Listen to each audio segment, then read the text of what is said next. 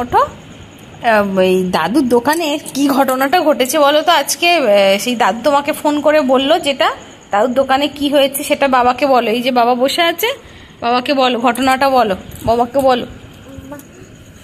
আজকে দাদুর দোকানে তখন একটা সাপ এসেছিল, তখন লোকরাকে ডেকে আনলো, তখন লোকরা নিয়ে সাপটাকে মাঠ করে মেরে দিল। তারপর কি হলো দাদু, তখন কি হলো? দাদু ভয় পেয়ে গেছিল সেটা বলো। দাদু ভয় পেয়ে গেছে, তখন কি সাপ? ট্যাংরা সাপ।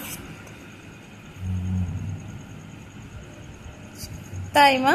দাদু তাহলে ভয় পেয়ে গেল, সাপটাকে মেরে দিল সবাই মিলে।